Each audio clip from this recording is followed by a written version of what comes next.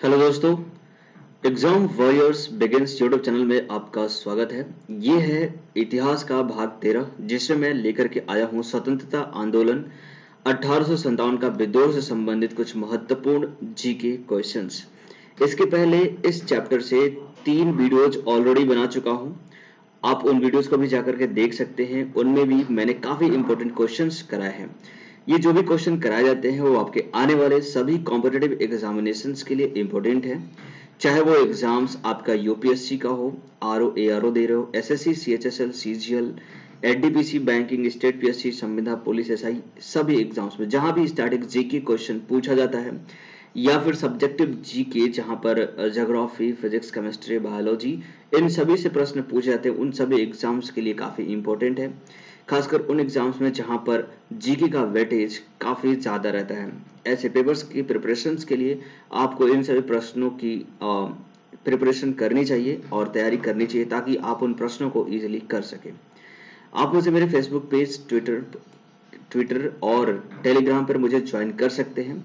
यहाँ पर मैं अपनी वीडियो के पीडीएफ और लिंक दोनों ही प्रोवाइड करा देता हूँ। तो चलिए शुरुआत करते हैं आज के अपने पहले प्रश्न को, जिसमें पूछा गया है वह कौन सा ब्रिटिश सेनापति था जिसकी 1857 के विद्रोह को दबाने में महत्वपूर्ण भूमिका थी।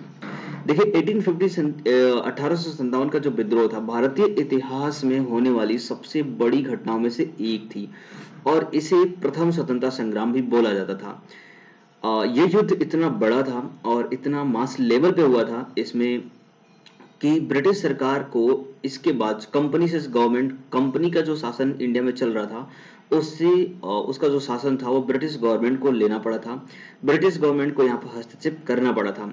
इसी से इसको पता चलता है कि इसकी स्ट्रेंथ क्या थी। साथ में इंडियन लोगों की जो यूनिटी थी वो भी यहाँ पर देखने को मिली थी। हालांकि इसमें सक्सेसफुल नहीं हो पाए थे क्योंकि थोड़ी बहुत यहाँ पर कुछ लोगों की कमियां भी थी और साथ में केंद्रीय नेतृत्व का काफी ज्यादा कमी देखने को मिली थी। तो फिलहाल इस सारी डिटेल्स मैंने अपने पिछले जितने वीडियोस हैं उन सभी मैंने काफी ही अच्छे ढंग से बता रखा है। ये आज की वीडियो जो है इस टॉपिक का लास्ट वीडियो है। इस तरीके से 4 वीडियोस मैंने कुल 80 प्रश्न करा चुके हैं। काफी इंपॉर्टेंट टॉपिक था इसलिए इतने सारे क्वेश्चन को मैंने यहाँ पे करा रखा है। तो चलिए इस प्रश्न का आंसर आप दीजिए कि 1857 के विद्रोह में को दबाने में ब्रिटिश सेनापति कौन था जिसने महत्वपूर्ण भूमिका यहाँ पर निभाई थी। तो वो था कैंपबेल। आप इसका नाम याद रख सकते हैं, कैंपबेल। ठीक है, चलिए नेक्स्ट क्वेश्चन है सेकंड, जिसमें पूछा गया है निम्नलिखित में से वह कौन सा स्थान था जो 1857 के विद्रोह से अछूता था। मतलब 1857 में, क्योंकि 1857 में जो विद्रोह हुए थे वो पूरे भारत में नहीं हुआ था बल्कि जो उत्तर भारत के राज्य थे ज्यादातर इन्हीं जगहों पे ये फेमस था। तो देखिए अवध, पूर्वी पंजाब, मध्य प्रदेश ये सब उत्तर भारत में आते हैं। मद्रास जो था वो दक्षिण भारत का तमिलनाडु का रीजन था और इस जगह से यहाँ पर किसी भी तरह का विद्रोह नहीं हुआ था। तो मद्रास जो है आंसर आपका सही हो जाएगा। आगे प्रश्न है किसकी वीरता से प्रभावित होकर ब्रिटिश सैन्य अधिकारी ह्यूरोज ने कहा भारतीय क्रांतिकारियों में यह अकेली मर्द है। तो ऐसा कहने वाला जो ह्यूरोज था, एक्चुअली इसके पहले वाले जो वीडियो बनाई थी उसमें मैंने बताया था कि कौन कौन सा ब्रिटिश शासक किस किस रीजन में कंट्रोल कर रहा था जो भी वहां पे युद्ध हुए थे। तो ह्यूरोज जो था वो झांसी में था और झांसी में थी कौन, रानी लक्ष्मीबाई, है ना। तो रानी लक्ष्मीबाई के बारे में उन्होंने उनकी वीरता को देखकर इसने कहा था कि भारतीय क्रांतिकारियों में यह अकेली मर्द है। ठीक है, चलिए आगे क्वेश्चन है, क्वेश्चन नंबर 4। 1857 की क्रांति का चिन्ह क्या निश्चित किया गया था। बिल्कुल, जो भी युद्ध होते हैं और यूनिटी का जो सिंबल होता है वो किसी न किसी सिंबल्स का होना जरूरी होता है, तभी लोग उसे फॉलो करते हैं और वो एक इंफॉर्मेशन होता है। तो इस तरीके से 1857 का जो युद्ध हुआ था, जो क्रांति हुई थी, उसमें कमल एवं चपाती को एक बेसिक चिन्ह बनाया गया था। ठीक है, चलिए आगे देखते हैं। अगला प्रश्न है 5 नंबर, 1857 यानी 1857 के विद्रोह के कौन कौन नेता ब्रिटिश दमन चक्र बढ़ने पर नेपाल भाग गए जहां उनकी मृत्यु हो गई थी, है ना। तो देखिए ब्रिटिश दमन बढ़ने लगा था स्टार्टिंग में 1857 में। जो इंडियन टीम सीनियर लीडर थे वो काफी ज्यादा प्रोमिनेंट थे, काफी जगहों पे ब्रिटिश सेना को हराया भी था, बट एट द एंड जो था वो काफी ज्यादा अपोजिट हो गया था सिचुएशन और ब्रिटिश गवर्नमेंट जीतने लगी थी। तो इस हिसाब से दमन जब उनका बढ़ने लगा तो कुछ नेता थे जो लोग थे वो यहाँ से भाग के नेपाल चले गए थे। तो उनमें कौन कौन से लोग शामिल थे? तो उनमें से नाना साहब, बेगम हजरत महल और खान बहादुर खान। फाइनली नेपाल में ही इन लोगों की मृत्यु हो गई थी। तो ऑप्शन नंबर डी जो है आपका करेक्ट आंसर हो जाएगा। क्वेश्चन नंबर 6 है, निम्नलिखित में से किस पर कुछ इतिहासकारों ने 1857 के विद्रोह के दौरान अंग्रेजों के साथ मिलकर षड्यंत्र रचने का आरोप लगाया था? बिल्कुल, यही सबसे बड़ी कमी थी भारतीयों में, जिन्होंने पैसे के लालच में आकर, प्रॉपर्टी के लालच में आकर या फिर कुछ सुविधाओं के लालच में आकर भारतीयों के साथ धोखा किया और ब्रिटिश के साथ मिल गए। और ब्रिटिश का काम भी यही था, फूट डालो और शासन करो। तो ऐसे में बहुत सारे ऐसे लोग थे जिन्होंने षड्यंत्र रचा, जो भी गुप्त बातें थी उसे बता दिया, जिसकी वजह से जो इंडियंस क्रांतिकारी थे उन हार गए थे लास्ट में।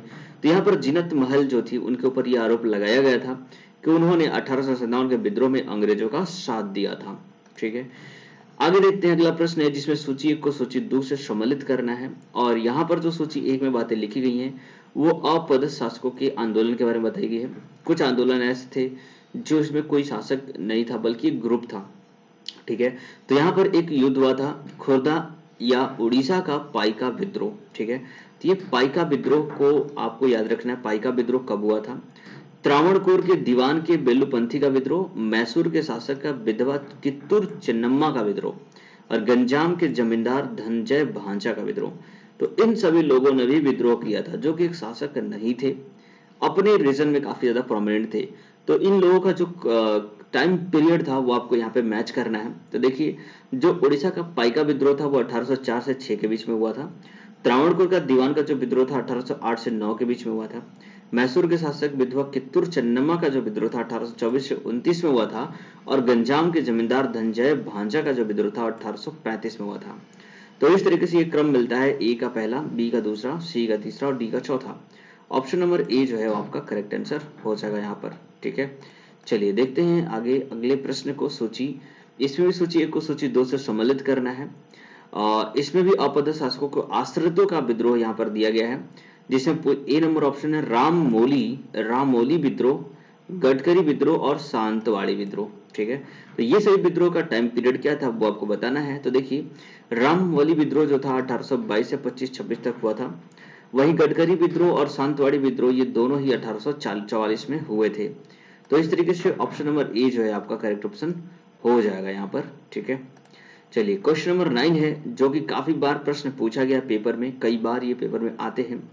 इवन दैट ये क्वेश्चन एक बार केबीसी में भी पूछा गया था। ठीक है, महारानी विक्टोरिया ने भारतीय प्रशासन को ब्रिटिश ताज के नियंत्रण में लेने की घोषणा कब की थी? है ना, जो महारानी विक्टोरिया थे, जब उनको लगा कि अब भारत में कंपनी के द्वारा शासन किया जाना काफी मुश्किल हो सकता है, जब इंडियन लोग हैं अब वो कंट्रोल से बाहर हो चुके हैं, भारत की जो सेना थी वो कंट्रोल से बाहर हो चुकी थी, ऐसे में नियंत्रण लेने के लिए विक्टोरिया ने एक यहाँ पर अपनी घोषणा लेकर आई थी। और वो घोषणा जो था 1 नवंबर 1858 को आया था। और इस टाइम से ही जो भारत का गवर्नर जनरल लॉर्ड कैनिंग था, उसकी पदवी को चेंज करके अब उसे यहाँ का वायसराय बना दिया गया था। ठीक है, चलिए आगे क्वेश्चन है नंबर 10। 1857 के विद्रोह के बाद ब्रिटिश सरकार ने सिपाहियों का इन प्रांतों से चयन किया। देखिए, ऐसा माना जाता है कि 1857 का जब विद्रोह हुआ था तो भारतीय सेना यानी कि भारत के लोग जो सेना में शामिल हुए थे, उन्हीं लोगों ने विद्रोह को प्रारंभ किया था। लेकिन इस विद्रोह में भी सभी जगहों के सेनाएं शामिल नहीं थी। ज्यादातर उत्तर प्रदेश, बिहार और बंगाल के लोग ही इसमें शामिल थे। लेकिन कुछ ऐसे भी लोग थे जो इसमें शामिल नहीं थे और वो विद्रोह के दौरान भी ब्रिटिश सरकार का साथ देते थे। ये लोग थे गोरखा, सिख और पंजाबी। इसीलिए जब युद्ध समाप्त हुआ और बाद में दोबारा से सैन्य संगठन की जरूरत पड़ी, तो इन्हीं लोगों को अब शामिल किया गया, क्योंकि इनके ऊपर ही ब्रिटिश सरकार का भरोसा था। ठीक है, तो ऑप्शन नंबर सी जो है आपका करेक्ट आंसर हो जाएगा। क्वेश्चन नंबर 11 अभी आप करने जा रहे हैं। उसके पहले मैं बता दूं कि अगर ये वीडियोस आपके लिए इम्पोर्टेंट होता है तो डेफिनेटली आप इस वीडियो को लाइक करिए, अपने फ्रेंड्स के साथ शेयर करिए और चैनल सब्सक्राइब करिए, ताकि आगे आने वाले जो भी वीडियोस हैं और पीछे की जितनी सारे वीडियोस हैं आप उन सभी को देख सकते हैं बिल्कुल फ्री ऑफ कॉस्ट।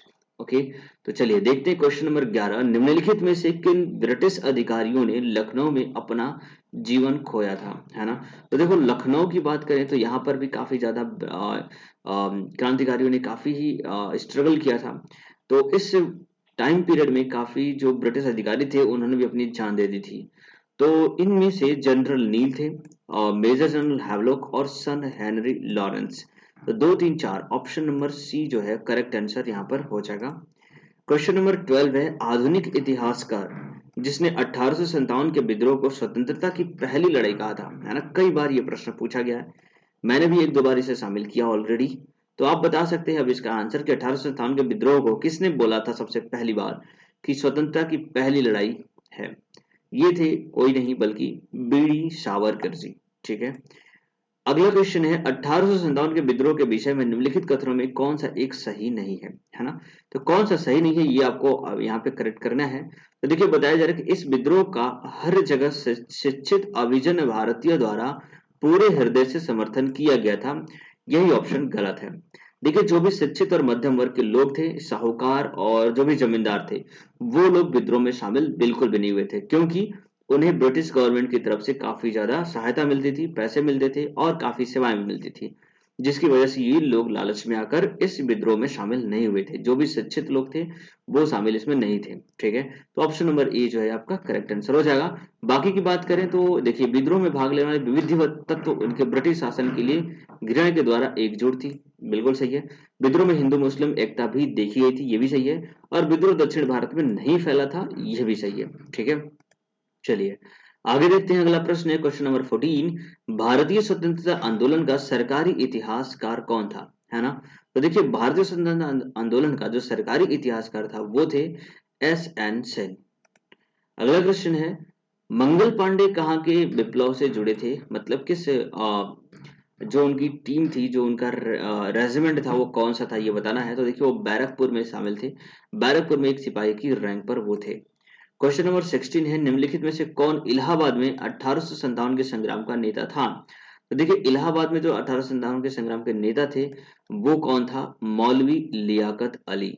ठीक है, चलिए आगे क्वेश्चन है क्वेश्चन नंबर 17, जिसमें पूछा गया है किसने किसके मत में 1857 की क्रांति आरंभ में सैनिक विद्रोह था, बाद में राष्ट्रीय विद्रोह हुआ और फाइनली स्वतंत्रता संग्राम में परिणित हो गया था।